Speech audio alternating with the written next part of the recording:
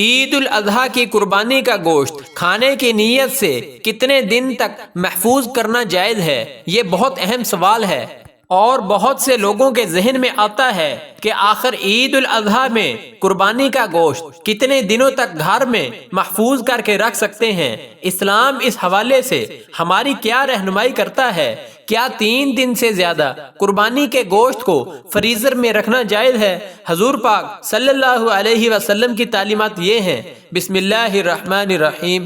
ناظرین محترم، اس سوال کا جواب ہر مسلمان مرد و عورت کو جاننا ضروری ہے کہ اگر کسی نے فریج میں مہینوں تک کے لیے گوشت محفوظ رکھا تو کیا وہ گنہگار ہوگا؟ آخر وہ کون سی حدیث ہے جسے سن کر بہت سے لوگ خوف زدہ ہو جاتے ہیں؟ اور کیوں بعض لوگ کہتے ہیں کہ 3 دن کے بعد قربانی کا گوشت رکھنا حرام ہے، جبکہ کچھ لوگ تو پورا سال فریزر میں یہی گوشت محفوظ کر کے رکھنا اور سارا سال کھانا جائز سمجھتے ہیں؟ کیا یہ اختلافات صرف غلط فہمی ہے یا اس کے پیچھے کوئی بڑا شریعت کا راز بھی چھپا ہوا ہے؟ ذرا سوچئے، اگر آپ برسوں سے یہ سمجھتے رہے ہوں کہ قربانی کا گوشت صرف 3 دن تک کھایا جا سکتا ہے اور حقیقت اس سے الٹ نکلے تو ساری زندگی کی گئی اس غلط فہمی کا کیا بنے گا؟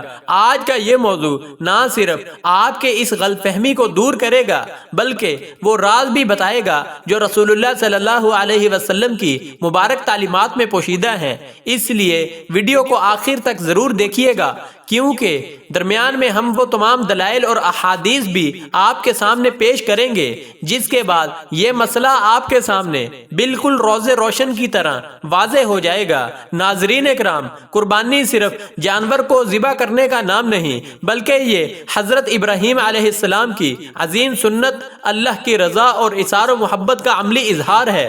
اس کے گوشت کے حوالے سے ہمارے ذہنوں میں کوئی واضح سوچ دلیل نہیں ہے۔ کچھ لوگ فوراً کہہ دیتے ہیں کہ صرف 3 دن ہی رکھا جا سکتا ہے، اس کے بعد رکھنا منع اور ناجائز ہے۔ بعض لوگ ڈرتے ڈرتے گوشت تقسیم کر دیتے ہیں کہیں گناہ نہ ہو جائے۔ لیکن ناظرین، آئیے ہم تسلی سے دیکھتے ہیں کہ حقیقت کیا ہے۔ حدیث مبارکہ میں آتا ہے کہ سرزمین عرب میں ایک وقت ایسا بھی تھا کہ علماء فرماتے ہیں کہ ایک دفعہ مدینہ منورہ میں غریب لوگ، مسافر اور ضرورت مند قبائل زیادہ تعداد میں آ گئے تھے۔ حضرت سلمہ بن اکوع رضی اللہ تعالیٰ عنہ روایت کرتے ہیں کہ انہی دنوں رسول اللہ صلی اللہ علیہ وسلم نے ایک موقع پر فرمایا، تم میں سے جو شخص قربانی کرے وہ تیسرے دن کے بعد اپنے گھر میں قربانی کے گوشت میں سے کچھ بھی نہ رکھے۔ بخاری و مسلم۔ ناظرین، اب ذرا غور کیجئے کہ اس حدیث مبارکہ میں جو منع کیا گیا تھا اس کی کیا وجہ تھی، اس کی حکمت کیا تھی کہ آپ صلی اللہ علیہ وسلم نے صریحاً 3 دن سے زیادہ گوشت جمع کرنے سے منع کر دیا تھا؟ کیا یہ ممانعت ہمیشہ کے لیے تھی؟ کیا آج کے لوگوں کا آپ صلی اللہ علیہ وسلم کے اس قول پر عمل کرنا درست ہے؟ ناظرین، یہاں غور کرنا چاہیے کہ 3 دن سے زیادہ گوشت رکھنا وقتی طور پر منع تھا، اصل میں اس وقت کے حالات کے مطابق غریبوں اور ضرورت مندوں کی مدد کرنا مقصود تھی، کیونکہ اگر ہر شخص اپنا گوشت جمع کر لیتا تو ضرورت مند محروم رہ جاتے۔ اسی مندرجہ بالا حدیث کا اگلا حصہ بھی سماعت کر لیں تاکہ آپ پر حقیقت اچھی طرح واضح ہو جائے۔ حدیث کے اگلے حصے میں ہے کہ پھر جب اگلا سال آیا تو صحابہ کرام نے عرض کیا، یا رسول اللہ صلی اللہ علیہ وسلم، کیا ہم اسی طرح کریں جیسے پچھلے سال کیا تھا؟ تو رسول اللہ صلی اللہ علیہ وسلم نے فرمایا، کھاؤ، کھلاؤ اور ذخیرہ بھی کرو، کیونکہ پچھلے سال لوگوں پر تنگی تھی اور میں چاہتا تھا کہ تم ان کی مدد کرو۔ یعنی گوشت محفوظ رکھنا جائز قرار دے دیا گیا۔ سبحان اللہ! یہی تو اسلام کی خوبصورتی ہے کہ وہ حالات اور ضرورتوں کو بھی سامنے رکھتا ہے۔ افسوس کی بات یہ ہے کہ آج بھی بہت سے لوگ پہلی حدیث سن کر ڈر جاتے ہیں اور فوراً عمل کرنے لگتے ہیں، بلکہ دوسرے گھر والوں کو بھی پریشان کرتے ہیں، جبکہ دوسری حدیث ان تک پہنچتی ہی نہیں، اور یہی وجہ ہے کہ غلط فہمیاں پیدا ہو جاتی ہیں۔ ذرا سوچئے، اگر گوشت محفوظ رکھنا ہمیشہ کے لیے ناجائز ہوتا تو صحابہ اکرام رضی اللہ عنہم کبھی ایسا نہ کرتے، لیکن حدیث سے ثابت ہے کہ بعد میں اجازت دے دی گئی تھی۔ اب یہاں ایک اور سوال پیدا ہوتا ہے کہ اگر گوشت رکھنا جائز ہے تو کیا پورا سال بھی رکھا جا سکتا ہے؟ تو یاد رکھیے، شریعت نے اس کی کوئی خاص مدت مقرر نہیں کی۔ اصل چیز یہ ہے کہ گوشت خراب نہ ہو، صحت کے لیے نقصان دہ نہ بنے اور انسان اس نعمت کی قدر کرے۔ آج کے دور میں فریج اور فریزر موجود ہیں، لوگ مہینوں تک گوشت محفوظ رکھتے ہیں اور اس میں شرعاً کوئی حرج نہیں، لیکن ساتھ ساتھ یہ بھی یاد رکھنا چاہیے کہ قربانی کا اصل مقصد صرف اپنے فریزر بھرنا نہیں، بلکہ غریبوں، رشتہ داروں اور ضرورت مندوں کو خوش کرنا بھی ہے، کیونکہ کتنے ہی لوگ ایسے ہوتے ہیں جن کے گھر سال بھر گوشت نہیں پکتا، اور عید الاضحیٰ ان کے لیے سب کے لیے خوشی اور مسرت کا دن بن کر آتی ہے۔ اللہ تعالیٰ نے انہی لوگوں کی مدد کے لیے سال میں ایک دفعہ ہم پر ذمہ داری لگائی ہے، اس لیے قربانی کے گوشت میں دوسروں کا حصہ ضرور نکالنا چاہیے۔ بعض لوگ حرص میں اتنا گوشت جمع کر لیتے ہیں کہ وہ اکثر پڑا پڑا خراب ہو جاتا ہے، پھر اسے پھینک دیا جاتا ہے۔ ناظرین، یہ نعمت کی ناقدری ہے۔ رسول اللہ صلی اللہ علیہ وسلم نے نعمتوں کی قدر سکھائی ہے۔ حضرت عبداللہ بن عباس رضی اللہ عنہما روایت کرتے ہیں کہ رسول اللہ صلی اللہ علیہ وسلم نے فرمایا، دو نعمتیں ایسی ہیں جن کے بارے میں لوگ خسارے میں رہتے ہیں، اس لیے اگر گوشت رکھیں تو مناسب انداز میں رکھیں، دوسروں کو بھی دیں اور اللہ کی نعمت پر شکر ادا کریں۔ اب ذرا اس پہلو پر غور کیجئے کہ اسلام کبھی سختی والا دین نہیں بلکہ آسانی والا دین ہے، اس لیے جہاں ضرورت ہوئی وہاں وقتی پابندی لگا دی گئی اور جہاں حالات بدلے وہاں اجازت دے دی گئی۔ یہی وجہ ہے کہ علماء کرام فرماتے ہیں کہ قربانی کا گوشت کھانا، محفوظ کرنا اور تقسیم کرنا سب جائز ہے، اور اس کی 3 دن کی مستقل پابندی نہیں۔ لیکن ابھی ایک نہایت اہم بات باقی ہے، کیونکہ بہت سے لوگ یہ بھی پوچھتے ہیں کہ قربانی کے گوشت کی تقسیم کا صحیح طریقہ کیا ہے؟ کیا پورا گوشت اپنے پاس رکھا جا سکتا ہے اور کیا غریبوں میں تقسیم کرنا ضروری ہے؟ یہی وہ سوال ہے جس کا جواب اگلے حصے میں ہم تفصیل سے بیان کریں گے۔ شاید یہی بات آپ کی سوچ بدل دے۔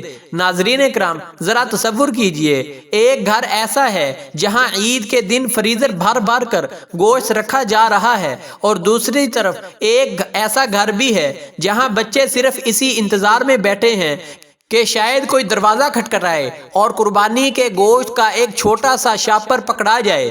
اب سوال یہ ہے کہ قربانی کا اصل مقصد کیا ہے؟ صرف اپنے لیے گوشت جمع کرنا یا دوسروں کی خوشیوں میں شامل ہونا؟ اور کیا قربانی کا سارا گوشت اپنے پاس رکھ لینا جائز ہے؟ یہی وہ سوالات ہیں جن کے جواب جاننا ہر مسلمان کے لیے ضروری ہے، کیونکہ بعض لوگ سمجھتے ہیں کہ گوشت دینا فرض ہے، کچھ کہتے ہیں کہ 1/3 دینا فرض ہے، جبکہ کچھ پورا گوشت ہی اپنے گھر میں رکھ لیتے ہیں۔ تو آخر شریعت کیا کہتی ہے؟ آئیے اس راز سے پردہ اٹھاتے ہیں۔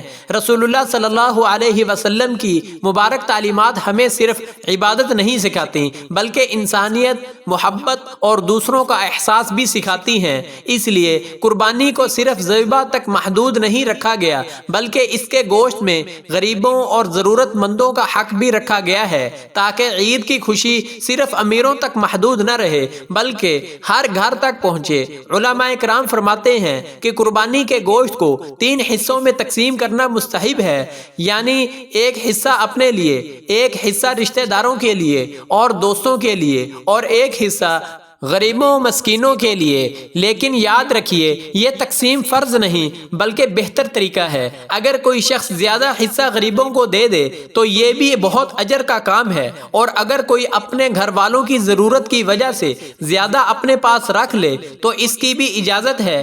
اسلام انسان کی مجبوریوں اور حالات کو دیکھتا ہے، اس لیے شریعت نے اس معاملے میں آسانی رکھی ہے۔ لیکن افسوس کی بات یہ ہے کہ بعض لوگ قربانی کو صرف رسم بنا لیتے ہیں، جانور ذبح ہوا، تصویریں بن گئیں، فریزر بھر گئے، مگر محلے کے غریب تک گوشت نہ پہنچ سکا۔ حالانکہ قربانی کا حسن ہی تب ہے جب کسی ضرورت مند کے گھر چولہا جل جائے، کسی یتیم کے چہرے پر خوشی آ جائے اور کسی ماں کے بچے پہلی بار پیٹ بھر کر گوشت کھا لیں۔ ذرا سوچئے، اگر اللہ تعالیٰ نے آپ کو استطاعت دی ہے تو کیا یہ نعمت صرف اپنے لیے ہے؟ نہیں، بلکہ اس میں دوسروں کا حق بھی شامل ہے۔ اور اسی لیے رسول اللہ صلی اللہ علیہ وسلم نے صحابہ اکرام رضوان اللہ علیہم اجمعین کو سخاوت، ایثار اور تقسیم کا درس دیا۔ رسول اللہ صلی اللہ علیہ وسلم نے فرمایا، تم میں سے کوئی اس وقت تک کامل مومن نہیں ہو سکتا جب تک اپنے بھائی کے لیے وہی پسند نہ کرے جو اپنے لیے پسند کرتا ہے۔ یہی وجہ تھی کہ ایک وقت میں 3 دن سے زیادہ گوشت محفوظ رکھنے سے روکا گیا تاکہ کوئی محتاج محروم نہ رہ جائے۔ گویا اسلام ہمیں یہ سکھاتا ہے کہ عبادت کے ساتھ انسانیت بھی ضروری ہے۔ اب یہاں ایک اہم سوال پیدا ہوتا ہے کہ اگر کسی کے گھر میں گوشت زیادہ ہو اور وہ مہینوں تک فریزر میں رکھ لے تو کیا یہ درست ہے؟ جی ہاں، درست ہے، لیکن شرط یہ ہے کہ گوشت ضائع نہ ہو، کیونکہ اللہ تعالیٰ فضول خرچی اور نعمتوں کی بے قدری کو پسند نہیں فرماتا۔ کتنے افسوس کی بات ہے کہ بعض گھروں میں گوشت اتنا جمع ہو جاتا ہے کہ بعد میں خراب ہو کر پھینک دیا جاتا ہے، جبکہ اگر وہی گوشت وقت پر کسی ضرورت مند کو دے دیا جائے تو شاید کسی بچوں کا پیٹ بھر جاتا۔ اسی لیے قربانی صرف جانور ذبح کرنے کا نام نہیں، بلکہ دل کے اندر رحم، سخاوت اور شکر پیدا کرنے کا نام ہے۔ ناظرین محترم، ایک لمحے کے لیے اپنے ارد گرد نظر دوڑائیے۔ کتنے لوگ ایسے ہیں جو سال بھر گوشت خریدنے کی طاقت نہیں رکھتے اور عید الاضحیٰ ان کے لیے امید بن کر آتی ہے۔ اس لیے کوشش کیجئے کہ اپنی قربانی سے زیادہ لوگ خوش ہوں، کیونکہ اللہ تعالیٰ کے نزدیک وہ عمل محبوب ہے جس سے کسی مسلمان کے دل میں خوشی داخل ہو۔ اور یاد رکھیے، قربانی کے گوشت کو محفوظ رکھنا جائز ہے، لیکن اس نعمت کا بہترین استعمال یہی ہے کہ اس میں دوسروں کو شریک کیا جائے۔ اب شاید آپ کے ذہن میں ایک اور سوال آ رہا ہوگا، اور یہ سوال بہت اہم ہے کہ کیا قربانی کا گوشت غیر مسلموں کو دیا جا سکتا ہے؟ اور اگر دیا جا سکتا ہے تو اس کی کیا حکمت ہے؟ یہی وہ مسئلہ ہے جس پر بہت کم لوگ صحیح معلومات رکھتے ہیں۔ اگلے حصے میں ہم اسی حقیقت کو تفصیل سے بیان کریں گے، اس لیے اگلا حصہ ضرور دیکھیے گا، کیونکہ اب ہم اس ویڈیو کے نہایت اہم موڑ پر کھڑے ہیں۔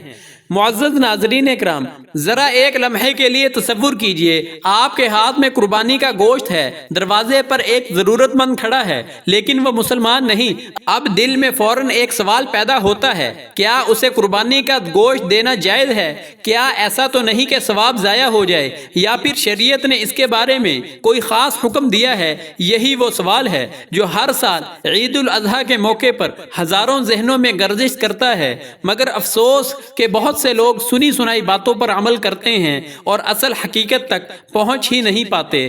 اور آج ہم اسی پردے کو ہٹانے والے ہیں۔ اسلام صرف مسلمانوں کے ساتھ حسن سلوک کا درس نہیں دیتا، بلکہ پورے انسانیت کے ساتھ بھلائی سکھاتا ہے۔ یہی وجہ ہے کہ قرآن و سنت میں پڑوسیوں، مسکینوں اور انسانوں کے حقوق پر بار بار زور دیا گیا ہے، چاہے وہ کسی بھی مذہب سے تعلق رکھتے ہوں۔ اکثر فقہا فرماتے ہیں غیر مسلم پڑوسی کو قربانی کا گوشت دینا جائز ہے، غیر مسلم محتاج کی مدد بھی جائز ہے۔ حسن اخلاق اور دعوت اسلام کے لیے یہ اچھا عمل ہے، خاص طور پر اگر اس سے اسلام کی خوبصورتی اور محبت ظاہر ہوتی ہو، کیونکہ رسول اللہ صلی اللہ علیہ وسلم نے ہمیشہ حسن اخلاق، نرمی اور اچھے برتاؤ کی تعلیم دی۔ ذرا سوچئے، اگر کوئی غیر مسلم پڑوسی یہ دیکھے کہ مسلمان عید کے دن اپنی خوشیاں دوسروں کے ساتھ بانٹتے ہیں، بھوکوں کو کھانا کھلاتے ہیں اور محبت سے پیش آتے ہیں، تو اس کے دل میں اسلام کی کتنی خوبصورت تصویر قائم ہوگی۔ یہی تو اسلام کی اصل دعوت ہے، صرف زبان سے نہیں بلکہ کردار سے۔ لیکن ایک بات یہاں سمجھنا بہت ضروری ہے کہ قربانی کے گوشت کے بارے میں مختلف فقہی تفصیلات بھی موجود ہیں۔ بعض علماء کرام واجب قربانی اور نذر وغیرہ کے معاملے میں احتیاط کا قول کرتے ہیں، جبکہ عام قربانی کے گوشت کی تقسیم کے بارے میں کسی کو کوئی اختلاف نہیں، بلکہ سب کے نزدیک غیر مسلموں کو دینا جائز ہے۔ مگر پھر بھی بہتر یہی ہے کہ انسان اپنے علاقے کے کسی معتبر عالم دین سے رہنمائی لے، لیکن عمومی طور پر حسن سلوک اور پڑوسیوں کے ساتھ بھلائی کی اجازت دی گئی ہے۔ افسوس کی بات یہ ہے کہ بعض لوگ دین کو صرف تختی سمجھ لیتے ہیں، حالانکہ رسول اللہ صلی اللہ علیہ وسلم کی زندگی رحمت، آسانی اور اخلاق سے بھری ہوئی تھی۔ آپ صلی اللہ علیہ وسلم نے تو جانوروں کے ساتھ رحم دلی کا حکم دیا، جس طرح کہ حضرت عبداللہ بن جعفر رضی اللہ تعالیٰ عنہ روایت کرتے ہیں کہ ایک دن رسول اللہ صلی اللہ علیہ وسلم ایک انصاری باغ میں تشریف لے گئے۔ وہاں ایک اونٹ تھا۔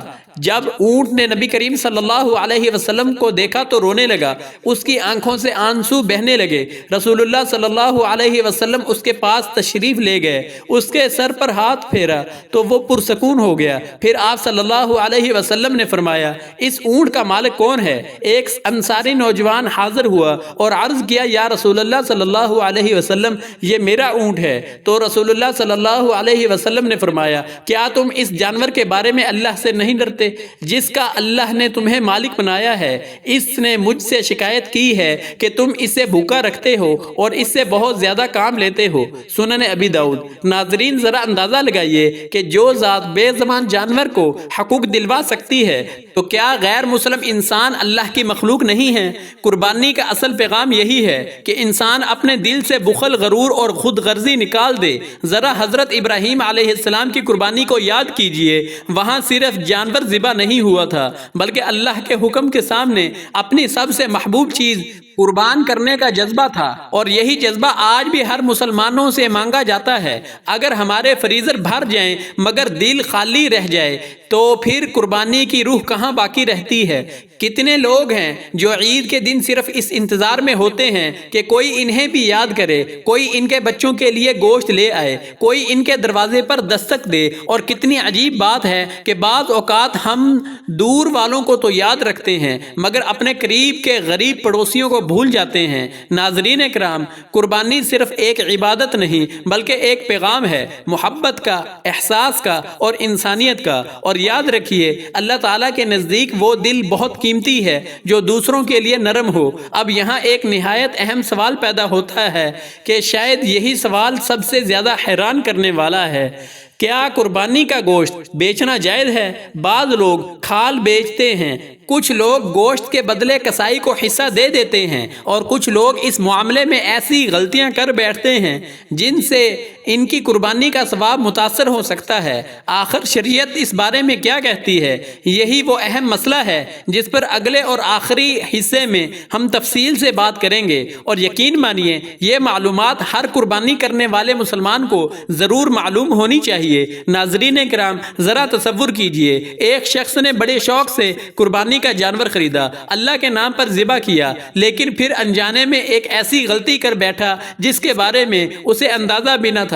علماء کرام نے فرمایا کہ اس عمل سے قربانی کے اجر میں کمی آ سکتی ہے۔ آخر وہ غلطی کیا ہے؟ کیا قربانی کا گوشت بیچنا جائز ہے؟ کیا کسائی کو مزدوری کے بدلے میں گوشت دینا درست ہے؟ اور قربانی کی کھال کا صحیح حکم کیا ہے؟